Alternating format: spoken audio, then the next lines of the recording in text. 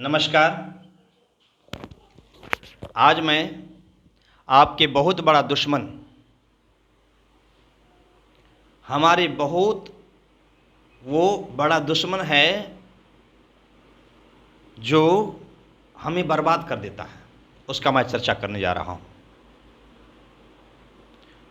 जिस दुश्मन के कारण लोग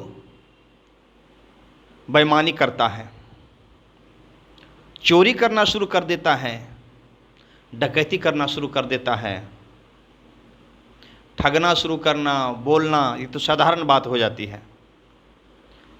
अर्थात सभी दुर्गुण इस दुश्मन के कारण आ जाता है, जिस दुश्मन का नाम है लोभ। इसीलिए कहा गया है कि लोभः पापस्य कारणम, लोभ पाप का कारण है। पाप मतलब सारे दुर्गुण समा जाना और लोगों का मान सम्मान सब बेकार हो जाता है। लोभी आदमी का कभी भी मान सम्मान नहीं होता है। इसी पर एक उदाहरण है जो सच्ची उदाहरण है, ध्यान से सुनिएगा। एक गरीब औरत थी, उसे एक लड़का था। उसका लड़का तेज था, मेधावी था। एक दिन जब स्कूल से लौट रहा था तो किसी के बाड़ी में, सब्जी के बाड़ी में देखा कि कुछ बैगन सुंदर सुंदर वो लटक रहे हैं। लड़का को लगा कि मेरी माँ सब्जी के लिए तरसती रहती है, उसे खाने को नहीं मिलता है, तो मैं चुरा लेता हूँ। उन्होंने चुरा लिया और अपने झोला में डाल लिया, लेके गया माँ के पास। उसकी माँ देखी तो पूछी कहाँ से लाया, तो उन्होंने कहा चुपके से कि माँ मैं रास्ते में आ रहा था तो देखा किसी की बाड़ी में तो मैं तोड़ लाया। कहा चुप रहो, किसी को बोलना मत, बोलेगा तो फिर वो पकड़ लेगा और मारेगा, डांटेगा। कहा ठीक है माँ, मैं नहीं बोलूँगा।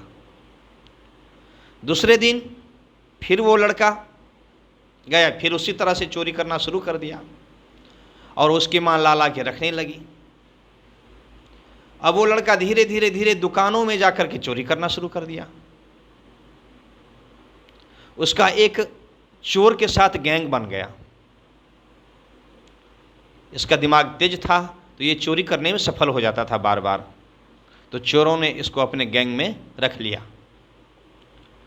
धीरे धीरे वो लड़का दुकानों में से कपड़ा चुराना, राशन चुराना, दाल चुराना, पैसे चुराना।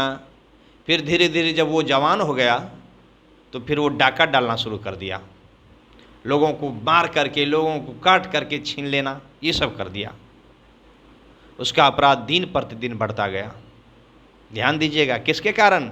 लोभ के कारण। लोभ सत्यानाश कर देता है।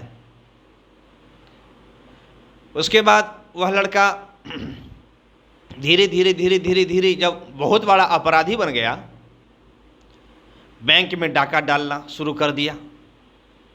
अब वो घोड़ा पर सवार होकर के, बंदूक लेकर के डकैत के गिरोह में चला गया।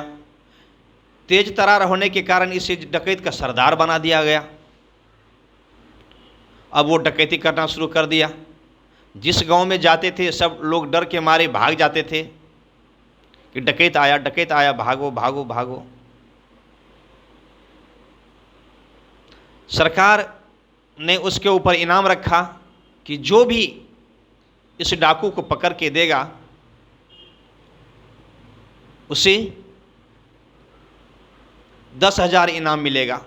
बहुत पुराने समय की बात है।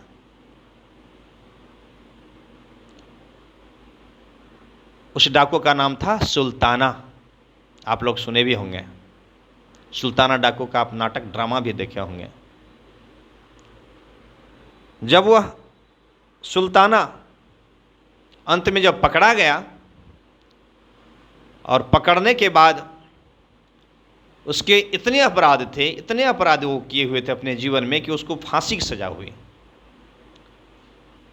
फांसी की सज़ा जब हुई तो जज साहब ने समय तय किया कि फला फला तारीख को इतने बजे उसको फांसी दिया जाएगा।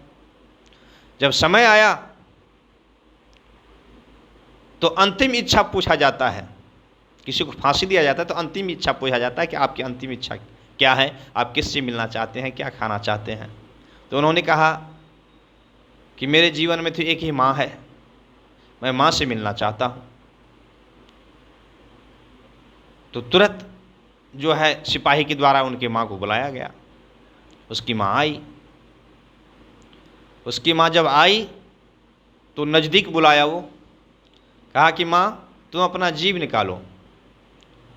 तो जीभ निकाली, वो ऐसे दिखाई कि वो जीभ को पकड़ के और काट लिया। वो सुल्ताना डाकू काट लिया तो हाहाकार मच गया कि कैसा दुष्ट है कि लोगों को तो मारा भी और अपने माँ को भी नहीं छोड़ा।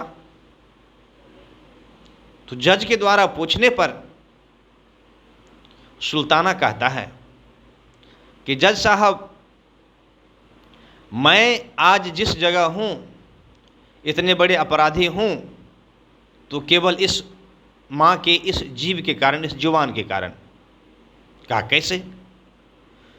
तो उन्होंने कहा कि जब मैं पहली बार बैगन चुरा के दिया था माँ को, तो एक बार भी वो मना नहीं की कि बेटा चोरी करना पाप है, चोरी मत कर, और मन से पढ़ने लिखने पर ध्यान दे। चोरी करोगे पकड़े जाओगे, बदनामी होगी, मेरी भी बदनामी होगी, तुम्हारी भी होगी, गलत चीज़ है, चोरी मत कर। एक बार भी इस जुबान से नहीं बोली थी। यदि उस समय यदि यह बोली होती इस जुबान से, तो आज मैं डकैत नहीं रहता। मेरे साथी आज कलेक्टर हैं, डीएसपी है, वकील है, परंतु मैं डकैत बनकर आज मैं फांसी पर लटक रहा हूँ, केवल इसी जुबान के कारण। इसीलिए कहा जाता है कि बच्चे यदि आपके कुछ ला करके देते हैं तो उसको नज़रअंदाज मत कीजिए, बेशक वो लाख रुपया का गड्डी क्यों न दिया हो आपको। यदि आप उसको रख लेते हैं तो उस बच्चा का मन बढ़ जाएगा, वो चोरी करना शुरू कर देगा, डकैती करना शुरू कर देगा, और वो बर्बाद हो जाएगा, उसका जीवन बर्बाद हो जाएगा। उसके जीवन की बर्बादी का कारण आप ही होंगे। इसीलिए बच्चों से कभी भी चोरी यदि करके लाता है या कोई गलत काम करता है तो उसको समझाना चाहिए, मार्गदर्शन करना चाहिए, अच्छा ज्ञान देना चाहिए। तो यह वाणी यदि आपको अच्छा लगा हो तो लाइक कीजिएगा, शेयर कीजिएगा और सब्सक्राइब कीजिएगा। आज मैं भजन नहीं सुनाऊंगा, बस इतना ही। धन्यवाद।